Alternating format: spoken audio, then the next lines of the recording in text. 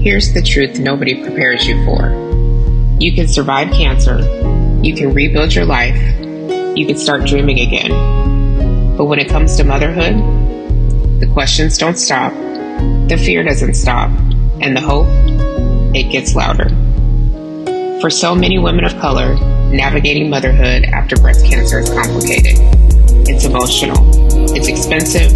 It's political. And it's deeply personal. Today, we're talking about fertility, advocacy, grief, joy, and the new paths we're carving for ourselves. Because our stories are more than statistics. They're dreams, they're choices, they're ours. This is Baddie2Baddie, and today, we're getting real about motherhood dreams after cancer.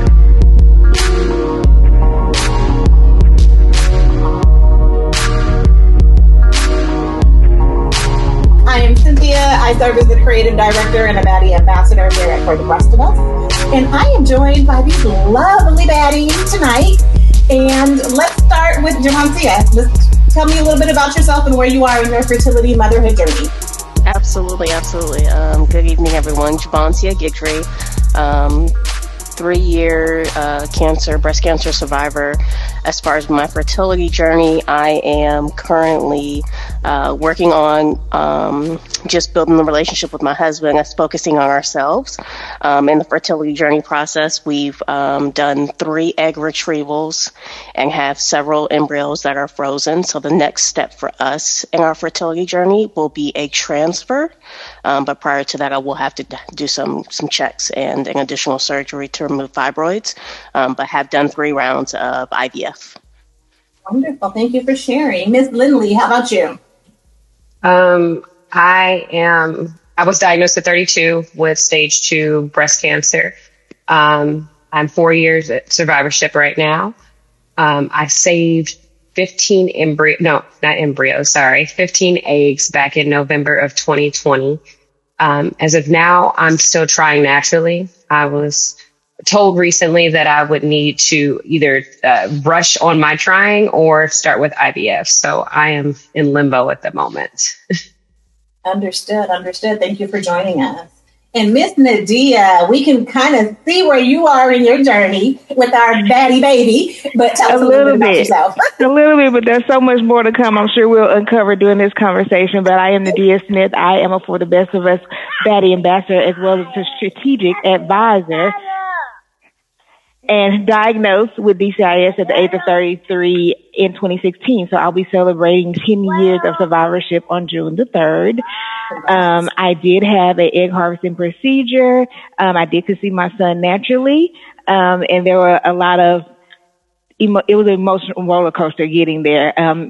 We were not trying. And I was advised differently, even before conceiving. So we'll get into a little bit of my story and some of the things that I was told by physicians, and then even throughout pregnancy, some of the things that I dealt with in the journey of having a healthy baby and a healthy pregnancy. So glad to be here with you all, ladies, so we can share, have this conversation about a topic that is really sensitive and a lot of others shy away from, but there's so many that want to hear the different stories about fertility and fertility preservation after diagnosis. Absolutely. And that leads me to my first question, ladies. What did you know about fertility at the start of your breast cancer diagnosis? Was it something that you even thought of? How did we end up here? Like, what was your first conversation about fertility? Anybody jump in? Okay, I'll go first. So when I was diagnosed, November 4th, 2020, I had no idea anything about egg retrievals, IVF, any of that, because I had been trying naturally for my entire marriage. I'm married now for 13 years, but before that, we were just trying, and we had never gotten pregnant, never had a steer or anything. So when they told me I had cancer, then I'm thinking I'll just never be a mother now, or I'm dying and all these things, right? And they tell me, well, you can save your eggs. And I'm like, well, what is that? How much does it cost? So that's how I even learned what IVF was, or even how to get it done and finding out how expensive it was and just being thrown into it immediately because you feel like it's life or death. You don't really have a choice. So you're just like, well, whatever it costs, I'll just, give up my 401k for this because either I have kids or I don't. So That's how I was just thrown into it. Jovonsia, how about you? I would say mine was a little different. My fertility journey is actually what led me to my breast cancer diagnosis. So similar to Linley, my husband and I have been trying for several years, but were unsuccessful naturally. And I have a family history of fibroids and cysts, so it's something that I always monitored closely. And I only have one ovary and fallopian tube. I had my right removed when I was very young due to fibroids and cysts. So I knew that I may have fertility issues once I actually started conceiving. And prior to beginning IVF, because I was 35 when I got diagnosed, I had a family history of breast cancer. And so my reproductive endocrinologist recommended that I go get seen by the high-risk breast cancer clinic. It's the only mammogram I've ever had because I was younger than 40. And so after my breast cancer diagnosis, I knew that IVF was going to be the best route for me because of my age and because I only had one ovary remaining.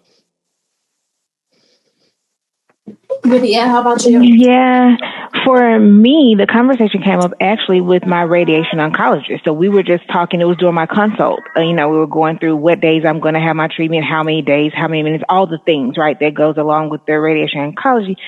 And he stated just one simple question like, well, do you plan to have a family? Do you plan to have kids? I was 33. And for me, my trajectory looked a little bit different. Like I was on the corporate hustle, living my best life, running the half marathons and things. So motherhood wasn't, in my forefront, right in the forefront of my mind. So when he had that conversation, it made me pause. Like, what does that mean, right? So we set up some time to meet at an IVF clinic. I did go through with the egg harvesting procedure, but it was very expensive. And also the day of my retrieval, I only had 2 viable eggs. So it went from 12 to 2. But that same day, I was scheduled to start my radiation therapy. So luckily, I introduced all my doctors. They were already a network. So one called the other and it's like, this is just what happened. So I want to make sure before you start your treatment that there's a conversation, right? So I had a choice to make. Do I go through another cycle or do I start with my radiation therapy? And when you get there, you start to hear all these things. There's so much going through my brain. And I had spent some time with my radiation oncologist just with talking. So he knew that like I wasn't at peace with it. So he actually said, we're going to hold your appointment. You go home, you pray about it, you think about it. And when you're ready, your appointment will be here because do I go through another cycle of this? We talked about how expensive this is, all the drugs, and emotionally it kind of takes over your life, right? You have to do this at this time every day, or do I kind of move on and dismiss this idea of being a mother, birthing a child, for survival? So it kind of came up during a conversation and it was with a white male. So it wasn't like this is a woman saying, how do you feel about childbirth? This was a man, which somewhat made the conversation awkward, but I was very appreciative that he saw me, right? He saw like my unique circumstances versus saying, this is what I do and this is the treatment that I'm going to render. He looked at the holistic situation of how this could impact me starting this treatment with the failed egg harvesting procedure. I think that's really interesting. Not many of us even have the conversations with our care team, much less with the male member of the care team, right as you're getting ready to start radiation, and they have the wherewithal to say, you know what? However you want to do this, let's do it. We can pause, take the time that you need, because that doesn't always happen. Linley and Jovonsia, did that happen for you? Who initiated the fertility conversations in your treatment? Or was it because you had already been kind of at it, you brought it to the table? No, I didn't bring it to the table. My male oncologist did. Nice. The first day I met him, so I was diagnosed on the 4th. I met him on the 6th. And the first question he asked me, what do you want out of your life? And I said, to be a mother and to live. And he said, you'll be a mother and you'll live. And that is amazing. That is amazing. He flowed with it. He said, okay, so we'll get you into fertility first. We'll get you, go get your eggs done. And then we'll talk about like treatment. Like he just jumped right into it for me. I think if I didn't say I wanted to be a mother, I don't think he would have jumped to it though, honestly. He was very stuck on like, let's get you through chemo as soon as that was done with. So I think when I shifted it and told him I wanted to be a mother, he just was like, fine, let's just focus on this. This is what she wants. We'll focus on that part and then we'll worry about everything else after. So yeah. Very, very nice. I'm glad again that someone heard you, saw you, and took your concerns seriously. Jovonsia, what about you? So for me, my team was all women, so a little bit different. But when I was diagnosed, I was actually stage 0. And we had the conversation about fertility at that initial appointment. But because I was stage 0 in DCIS and it hadn't spread, for me, it was important to talk about, okay, what is going to be the safest route as far as surgeries and what is going to have the least amount of healing time, because time was not on our side from a egg standpoint and age. So because I was stage 0 and elected to do a double mastectomy, my treatment plan was extremely different from most survivors. So did not have to do chemo or radiation because I hadn't spread, as well as medications. I was able to go from revision surgery into my first round of IVF about 6 months later. So let's talk about some egg freezing. How did that? What was that process like? How did you cover the cost? Does insurance cover any of that? Let's talk about it for the girlies who don't know. I can go. Go ahead. Oh, go ahead. I would say, like, for me, that was, and I had to use the W word, but that was one of the worst parts. And it wasn't the procedure itself. It was all the things that went into it. The medication, which was expensive. I did get a Live Strong grant, to cover some of the medication. But the timing, right? You have to do certain things at the same time every day. I was working because I was perfectly healthy up into this diagnosis, and we can go into that story, but, and having to every other day, I can't remember, every other day or so there were appointments. So it was really, it consumed your life. So that was the part that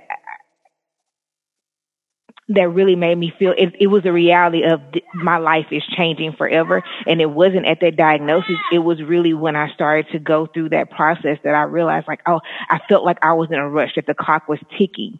And so when I had that opportunity to go through the second cycle, that was one of the reasons why I gave a no, right? It was for me, is for me, but I did not want to go through that again. So I opted not to go through another cycle, because of that. But yeah, covering, I did have to have some grants for that. I did pull from some of my from my financial accounts to cover that at the time. We have had legislation advancements, right? To cover some of those things. But at the time, 10 years, you're talking 10 years ago, those things were not in place. So it was a financial, investment, right, to do that. And that was a part of my decision as well, not to go into the second cycle. Linley, you want to share? Yeah. So, same with that. That scheduling was like atrocious. Like as soon as I found out, it was like, okay, clock's ticking, go. You have until November 20th to get this done, because you got to get your PET scans, this CT scans, then take the shots, then do this, and then figure out life and work on top of that. Like full time working, like not even playing around. I pulled from my 401k originally when they first told me how much everything was going to cost, because it was just like, you want to do it or not? And I'm like, well, I don't have a choice. Do I want to be a mother or do I not? So I pulled from my 401k. They told me to fill out some grants and scholarship forms and possibly might get something. I got to Live Strong for the medication. Initially, I got the eggs retrieved on the 20th, the day right after my first round of chemo. They said it would be okay because the chemo hadn't fully set into my body yet. So that next morning I woke up after chemo and went and got my eggs retrieved the very next day. So it was just a whirlwind of Oh my God, I just got chemo and I got my eggs pulled out and I don't even know what's happening. Like you haven't processed what happened, right? You're not processing. Yeah, no clue. And everybody's like, yeah, you're just gonna get through it. I'm like, I don't even know who I am anymore. Like I was just hiking a mountain the month before. Now you're telling me I had cancer and I might not have kids and die. Thanks. So I found out in December that I had actually won the Chick Mission grant, which will pay for your IVF and egg retrieval and storage. So they ended up reimbursing me the funds that I had pulled from our 401k. So they paid for my egg retrieval and the first 2 years of my egg storage here in Texas. So I was thankful for them because I had no idea that was even possible. I was just told at the fertility clinic, fill out this scholarship, you might get it. They're really based in New York. But I think they're branching out to Texas now. So that's what I did. And I filled it out and I ended up winning that. But it was a mess. I mean, I can't imagine. Of course, I've been through the chaos of you have cancer. Let's go. I can't imagine having to do egg retrieval and worry about if I will ever see the dream of being a mother come true all at the same time. So hats off to you ladies. Jovonsia, what was your egg freezing experience like? So first, let me say, man, we got some warriors on this call. I love how everyone has health and wellness at the forefront of their journey, and hasn't allowed the circumstances or the hands that we've been dealt to change who we are. For me, for my egg freezing, it was definitely a journey, that's for sure. I'm a marathon runner, so I say it was like a marathon. And thankfully, my employer, they did cover my first round of IVF, of treatment and medication. But as everyone knows, if your employer, or even through a scholarship, if it's a dollar amount, 9 times out of 10, it may get you through one round if you're lucky. So that was my case with the first one. And then my second and third round, my husband and I are both veterans. So we did find that the VA does have some infertility benefits as well that we were not aware of prior to starting our journey. And they have been extremely a blessing when it comes to the financial piece. But part of our IVF process was also genetic testing. So that was an expense that we ended up having to pay out of pocket to hopefully improve reducing the risk for our children to carry on this mutation and be diagnosed with cancer in the future. So definitely a financial burden, but more importantly, it was more about the time away from work, trying to figure out how you can make it to your appointments. Everything is drop what you're doing with IVF. There's really no planning. You're just sitting by the phone waiting for a call or waiting for an email with results and that next step. So that was definitely challenging. What myths and misconceptions about fertility and egg freezing have you learned about? Did you want to share? What did you learn that you didn't know previously? I'm trying to think because I went into it knowing nothing, right? This was just like, what? I'm going to do what? I can agree on the not knowing what to do.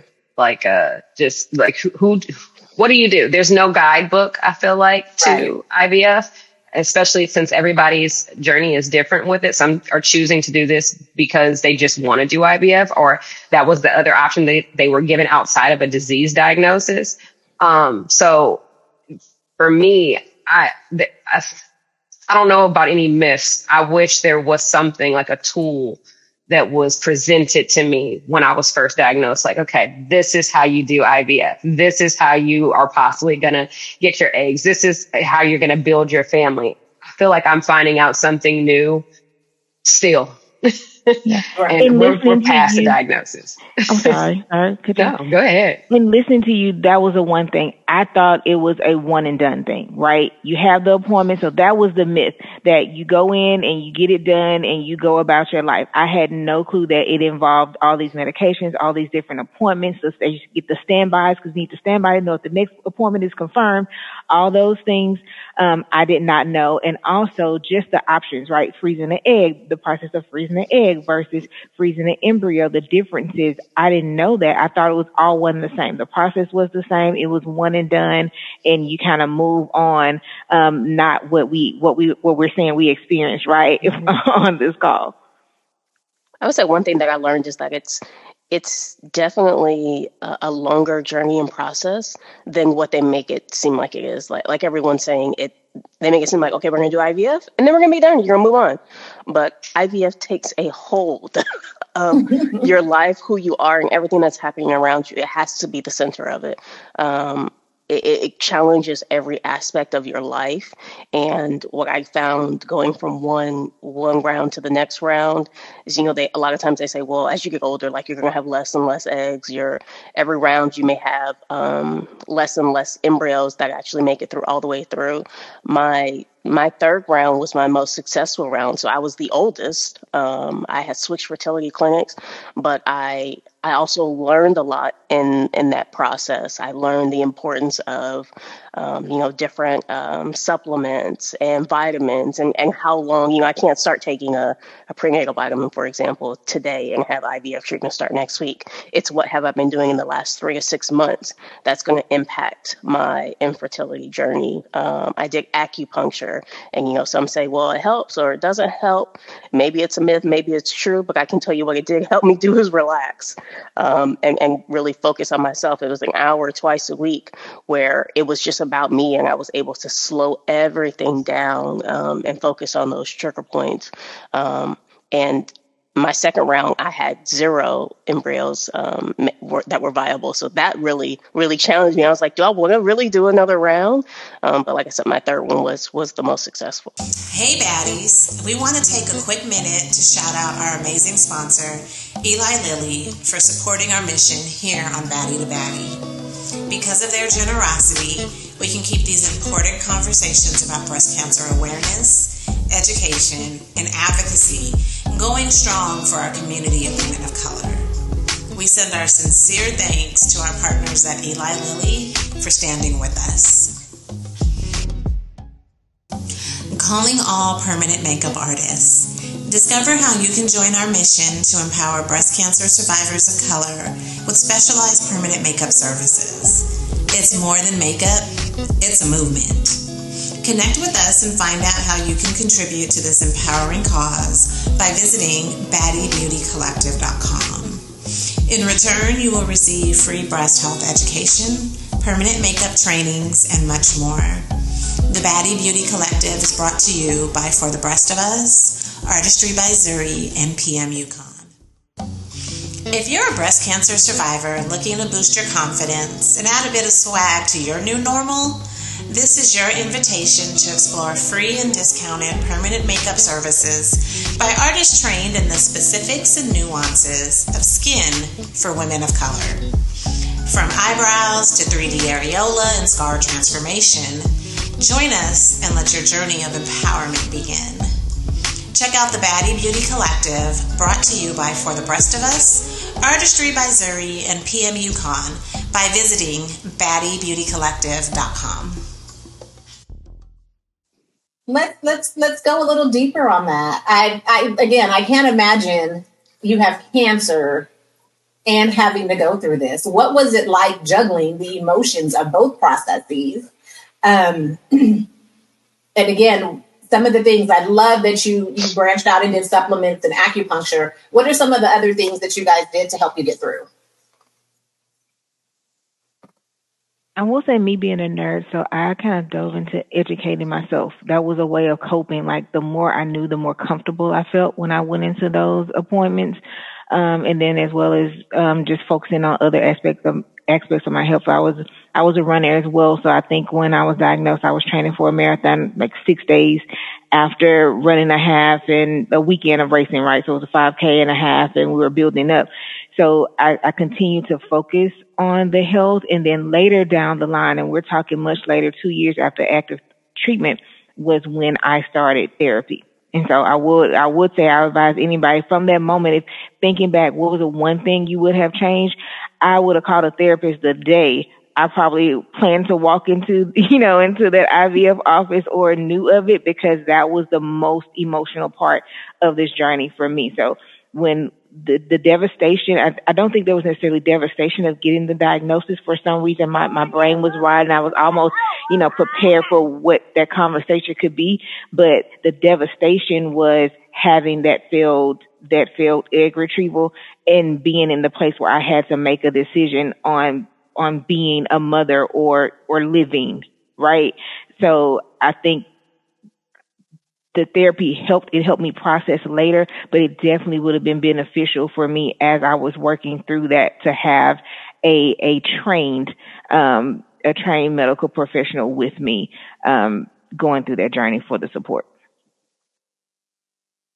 I agree on the therapy. I wish I would have started it faster, knowing like this is what I'm going through. I didn't get real therapy until like right after I finished all my treatments, because of course, you're dropped into life again. They just let you go. So then you try to figure out your normal. So that's when I got into therapy and all the stuff kind of came out about fertility, because I still had that in the back of my mind about using those eggs or not using them or whatever, or actually actively doing IVF. A lot of prayer for me. My life shifted. So I turned to God for myself. And that was how I kind of like cope with, okay, what are we doing, Lord? Are you going to let me have kids? Or is this just my new journey? Is this my path? Whatever this is. I've been really following him a lot closer, because I can't do it on my own. I don't know what my future holds. Along with working out as well. My job is, I'm a neuro exercise physiologist. So I train people to get better, from cancer, from spinal cord injuries, whatever it may be. So I try to help them get better. So for me, I try to take care of myself too, just because I'm like, well, I'm getting older, I do need to keep my body in good shape, just in case, I decide to use IVF or whatever may happen. So I would say similar to Linley. The mental health piece is key. And I was seeing a therapist right when I got diagnosed with breast cancer. So we had a really good relationship going into IVF, but I think IVF it takes a hold of you, who you are, your life, and unless you're going through the process yourself, like no one really understands the desire, that strong desire to be a mother naturally. And, that's how Linley and I actually met, having a conversation about IVF. We're a breast cancer camp. But, I think that without that therapist, I've been seeing her now for almost 4 or 5 years. We adjust our frequency. So when life is lifing, we might meet every week. When life is on my side, then I may graduate to once a month or once a quarter. But I do keep her close, because she understands the intricacies of who I am, how I operate, and allows me to bring others to my session that may play a part in whatever it is I'm dealing with at the time. Did you feel seen and understood in the fertility space? I would say for me, initially, no. Initially, I did not feel that way. So because I didn't, I started doing research. And found a lot of different organizations out there, but the message that I kept hearing is, you can fire your team and hire someone else. It may be a process, but firing a team and getting one that actually understands you is what made the biggest difference in my fertility journey. It was important for me to have a woman of color as my reproductive endocrinologist, and it forced me to travel a little bit for appointments. But it was a very different experience for me, having a team that looked like me. I'll say being seen, yes. Being understood, no.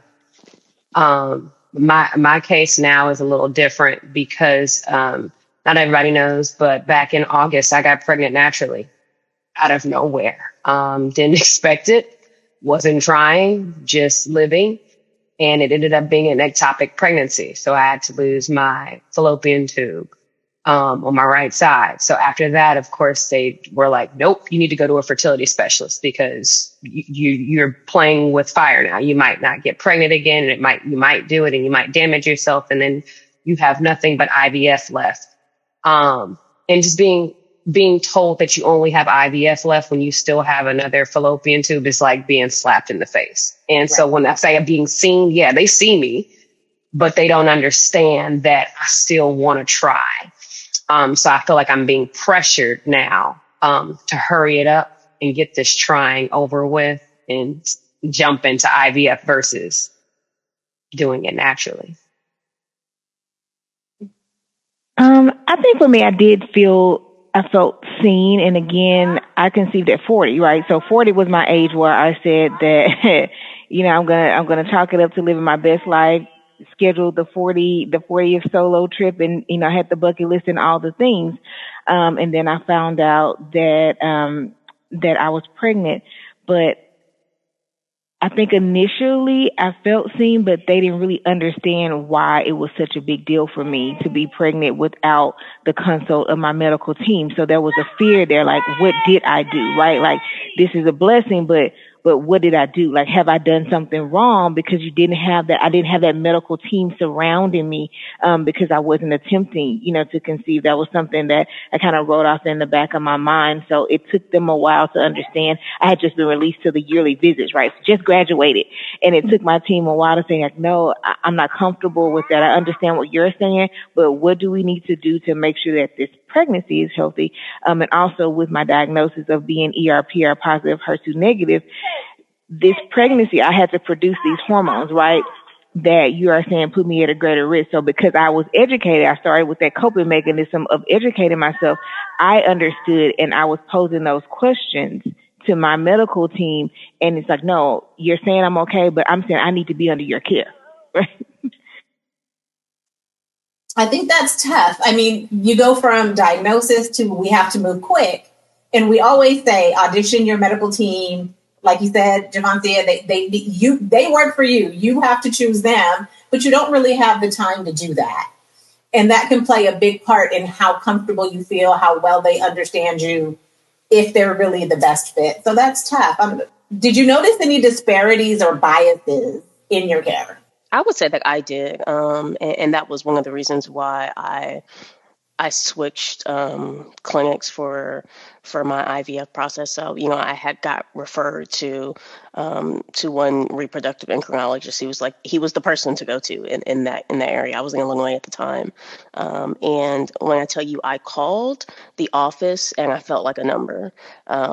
It was really, really hard to get a hold of the team. And I'm like, I just beat cancer, and, I don't have time on my side, and I can't get them to answer the phone. They weren't very welcoming. And then I found out about another clinic, where everyone on that reproductive team had been through IVF.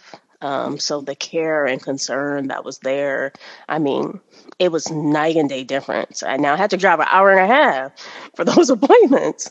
And, they ended up sending me somewhere else.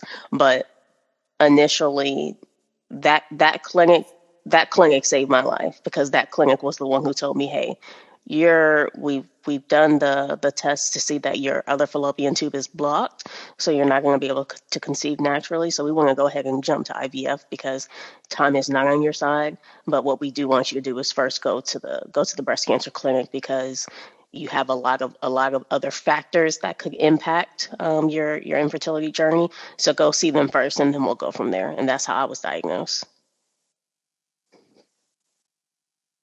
I would say that I don't feel that there was bias. Like, they took the time, right? And it was almost to the point where they made me think about what was happening and the decisions that I was making. Everything was really explained. I didn't feel like I walked in the office as a chart, right? Like, I was there, and before I walked in, they knew what was happening, right? And they were ready and prepared to educate me. Do we need to sit outside the exam room so you're comfortable? It was those small things that really made a difference. Like, when we were having conversations, we were not in the exam room, and that was my choice. I had the choice to go into almost a lounge or like a sitting room area versus being in the exam room, because there's that cause, anxiety of being there with the equipment and all the things surrounding me. So it was the little things and the care that they took, with understanding where I was.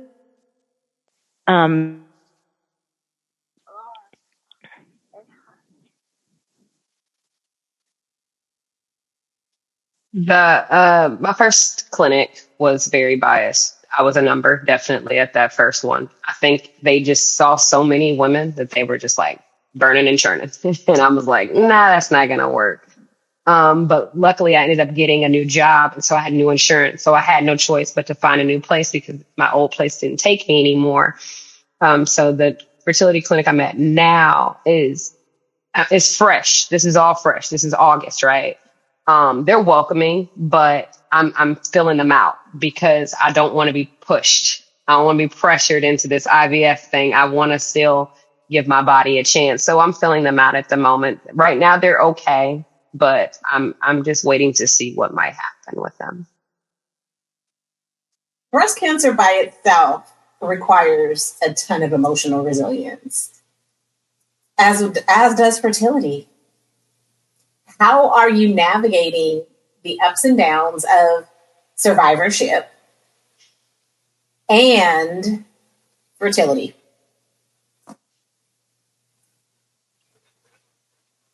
I'll go. I'm here. It's a day-to-day thing. Some days I am like amazing.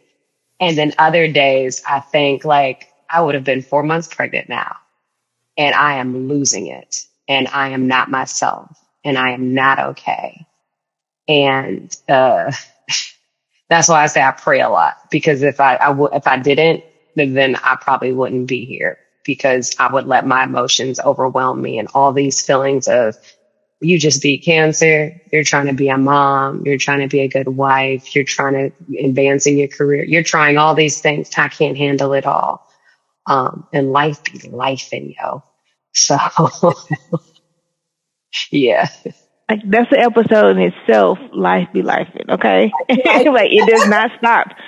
It does not stop at diagnosis. And for me, I think I was like borderline. Like, you're just kind of like making it, just getting through the days. Even though, yes, I conceive naturally, you still have all the things. Like, am I doing this right? Am I doing this right? What does this mean? Like, does this hurt? Like, this is like what, like, you have all these. It's like this fear. You're constantly thinking that something's going to happen, or you're doing something wrong, and so it almost, to a certain extent, it kind of robs you of, of the joy of being pregnant. And I can speak, it did for me, right? For so many weeks, I don't want to say anything because, this could happen. And when do you say something? So it was, yes, I was able to conceive, but I still had the diagnosis still, kind of robbed me of certain things throughout my pregnancy. And so I was really like, now I will say I didn't start therapy until 2 years after active treatment,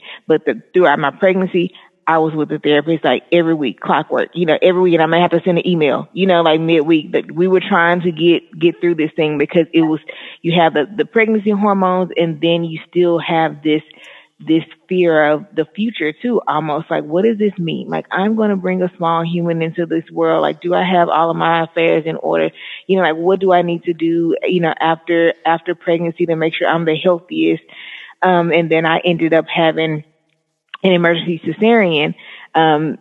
And then that's when I kind of started to spiral, and my blood pressure went up, because I did not want to have another surgery. And in that moment, that's when all the things came rushing back. I did not want to be wheeled into a operating room, right, to birth this miracle. So it's constantly an emotional journey, even after being pregnant, after having a successful pregnancy and a healthy child. Every day there's. No, you muted. Sorry, my assistant muted me. But every day there's something that you have to think about, right? And it all stems back to that day, right, that you got this diagnosis, and so many things changed. I would say for me that very similar to what has been shared already. What's helped me kind of deal with it or work through it, it's just documenting it and sharing it.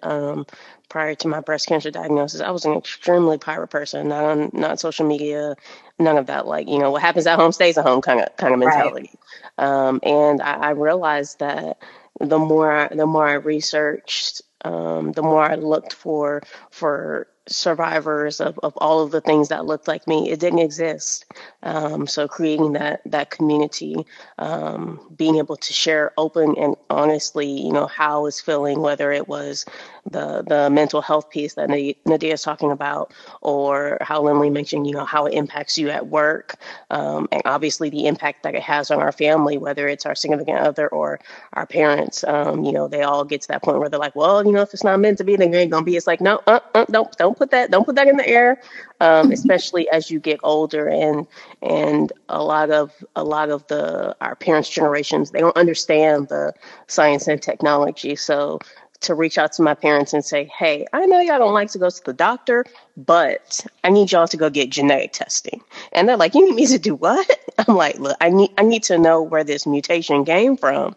And, that was a process in itself, to have the most viable embryo. So for me, it became a journey of, if I have the ability to break this cycle, I'm going to break it. So like I mentioned before, I have embryos that are frozen. I think IVF it robs you of the surprise.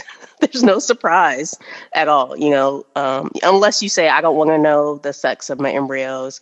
But for me and my husband, that was important, because I'm a carrier for two mutations. One puts me at a higher risk for all the women cancers, and the other one puts me at a higher risk for every other cancer. So it's not if I'll get cancer, it's when and where. So I do a lot of scanning and treatment proactively throughout the year. But to get a female embryo means one thing for us, and to get a male means something different. Do we use embryos that have the mutation because we know the ones that have it and the ones that don't?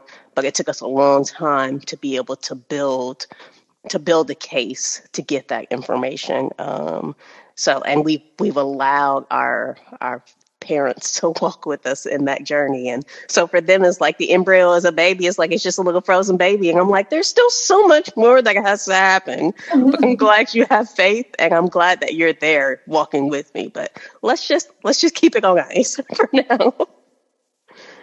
I think that's such an important piece. And we talk about, breast cancer it challenges you to face your mortality, challenges how you feel about yourself as a woman.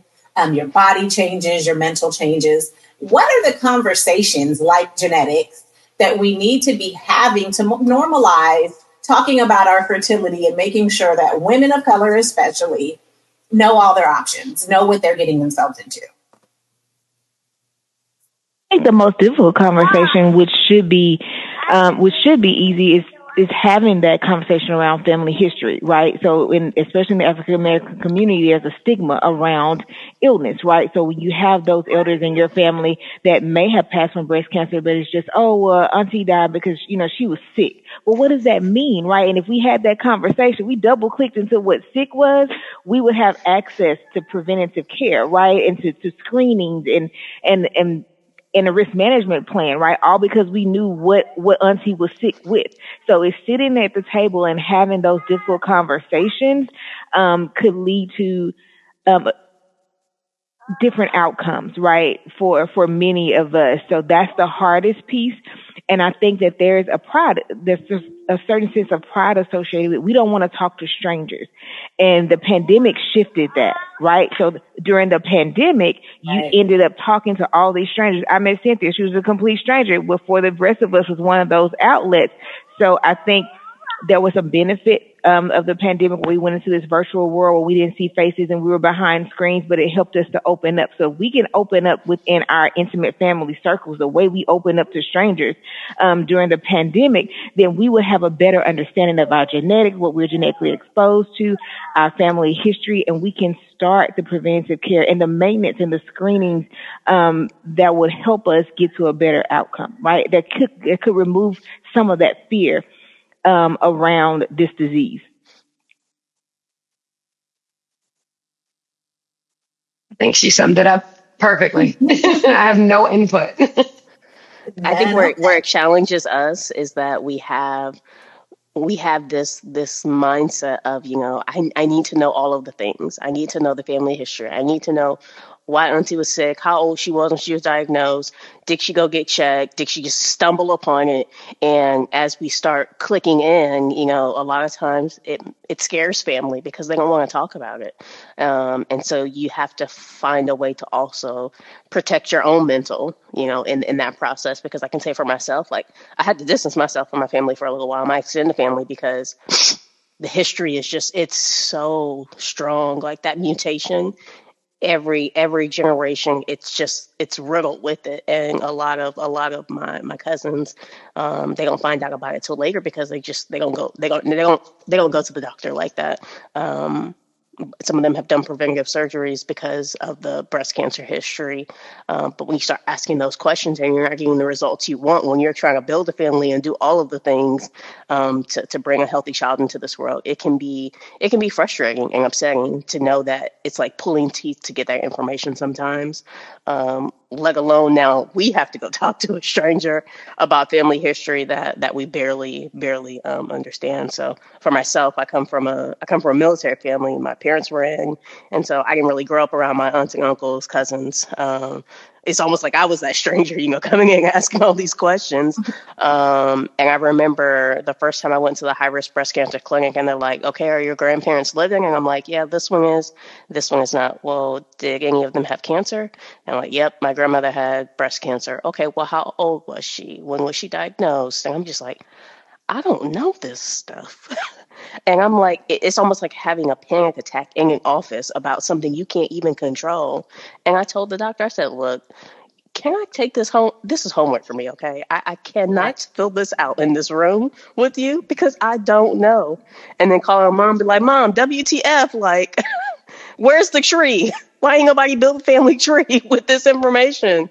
And so I built my own, but I went into work mode. Like, okay, we need to assign a point of contact to each branch of the family to keep it updated. And they're like, "No, we're not doing that." So just trying to do what's best for me, but then also I wanted to be able to preserve history for when that next person gets diagnosed, because it's going to happen. I hate to say it. And be able to say, "Okay, little cousin, here's the family tree. Here's how it applies to you.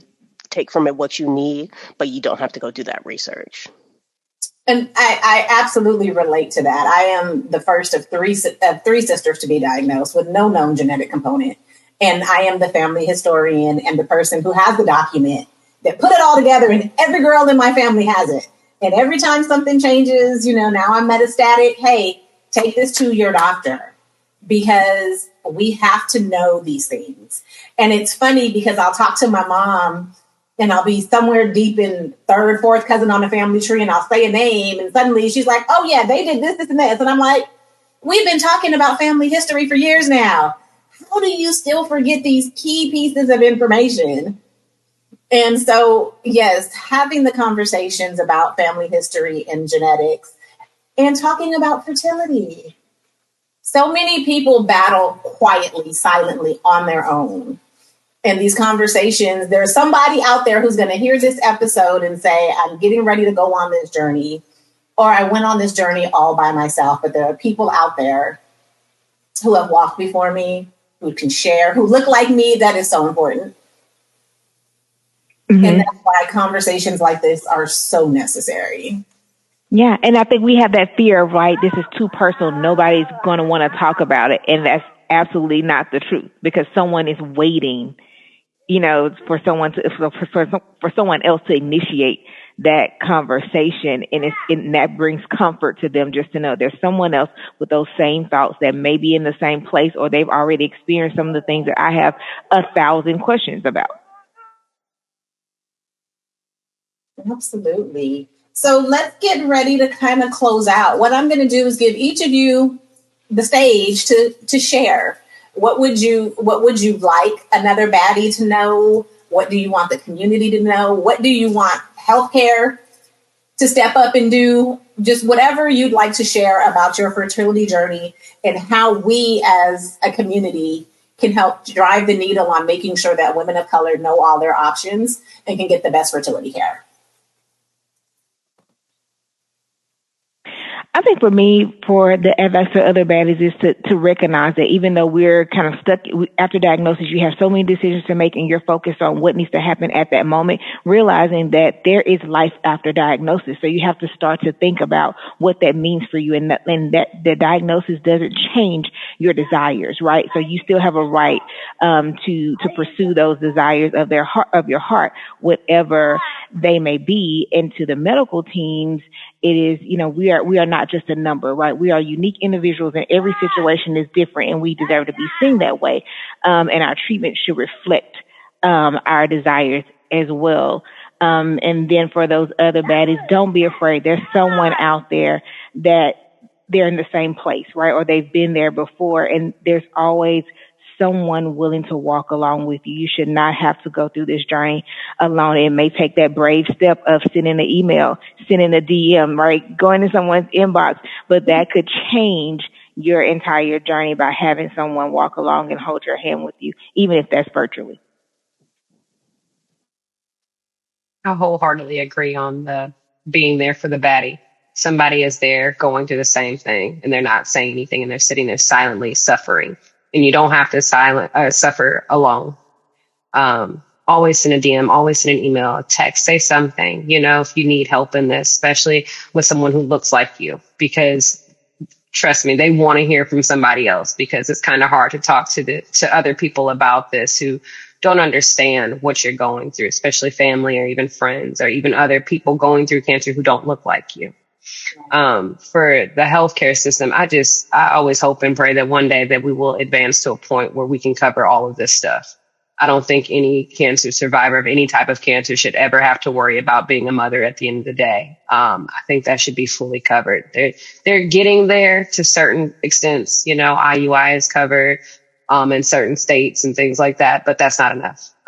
If I want to have a baby, just go ahead and make that happen and store my eggs for me, or let me put them in my freezer. That's how I see it. But I feel like there's so much more advancement to be done, and maybe it'll happen for future generations. And I'll be thankful for that when it happens as well.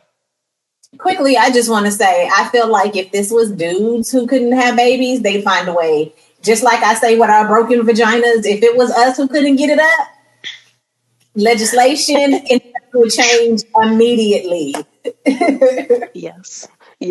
I would say for me, to the medical community, I wish that they saw us out the way we seek them out for opportunities like this, to be able to invite them into our safe spaces that we created, communities that look like us, spaces where we're really thriving, to bring their medical expertise to. I wish that they did the same, that those offices had resources, not just, the older white lady group of survivors, or, middle-aged white women going through fertility. There's so much that's out there. I mean, this is living proof. So I wish that they saw us out instead of the other way around. To all the baddies out there, I would say, instead of you only live once, I would say you live every day and you only die once. So live every day like it's your last. Sign up for that 5K, that 10K, half marathon, full marathon. Take that trip, whether it's a solo trip or a family trip. Do all of the things, and don't wait to have a +1. If it's something you want to do, then find a way to do it and make it happen, as opposed to waiting for someone to catch up to you and walk along with you in this thing we call life. I appreciate you ladies so much for your honesty, for your vulnerability, for sharing such personal stories. This really opens the door to have the conversations that are necessary. And I know that there are women who are going to be able to relate to your stories. Even though they're all different, they have a similar thread. And this is really going to start people having the conversations that are necessary. And I think this will help us understand better how to serve the community when it comes to fertility and motherhood. And so I thank you for your time tonight. This is another Baddie creation brought to you by For the Rest of Us. Don't forget to subscribe to Baddie2Baddie wherever you get your podcasts. And follow us on Facebook and Instagram at For the Breast of Us, on Twitter at The Breast of Us, and check us out online at breastofus.com. Thanks for listening.